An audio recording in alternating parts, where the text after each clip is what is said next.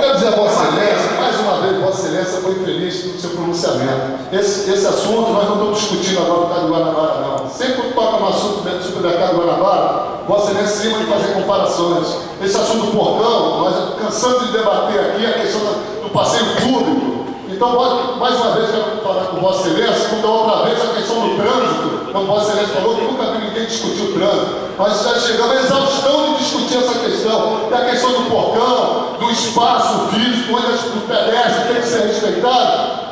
Nas legislaturas passadas, nós cansamos de debater isso. Vossa Excelência tem que saber, primeiro, que foi debatido nos anos atrás, nas gestões passadas, nas legislaturas passadas, mas Vossa Excelência não cometeu injustiça aqui, como parece que a questão do portão surgiu agora, como eu estou defendendo o mercado. Eu defendo o empresário que investe na cidade, eu defendo aquele empresário que faz as coisas direitas, dentro do projeto de lei. Não estou dizendo que o Guanabara não está irregular, não. Agora, da forma que foi inaugurado, ele foi totalmente. A culpa não é dele, não. A culpa é quem deu a autorização, quem sentou com ele no portão da noite para o dia que foi dado uma licença, um alvará para ele poder funcionar. Mudaram todo o projeto para poder dar um acesso pela rua principal da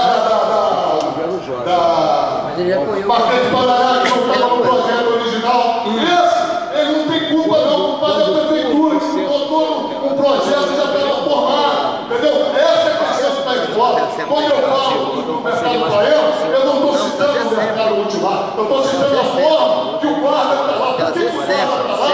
Para poder prejudicar o empresário que está investindo uma melhoria no conforto dos moradores lá. Mas olha que eu estou defendendo, porque se tiver errado, se tiver parado na empresa na coberta, na parada do olho, tem que ser multado, rebocado. Se o caminhão que está lá descarregando o seu material, tem que ser multado se não tiver na carga de descarga. Agora, o portão do lado, cansando de debater isso, conheço o dono lá, mas não concordo da forma que eles fazem com os carros, botando em cima do passeio público. Então, essa questão, agora, nós estamos sempre discutindo isso, e Vossa Excelência vem aqui e fala que está feliz, que agora parece que o portão nunca teve a questão. Sempre teve, e nós sempre levantamos essa questão aqui. Vossa Excelência pode ter certeza disso. Então,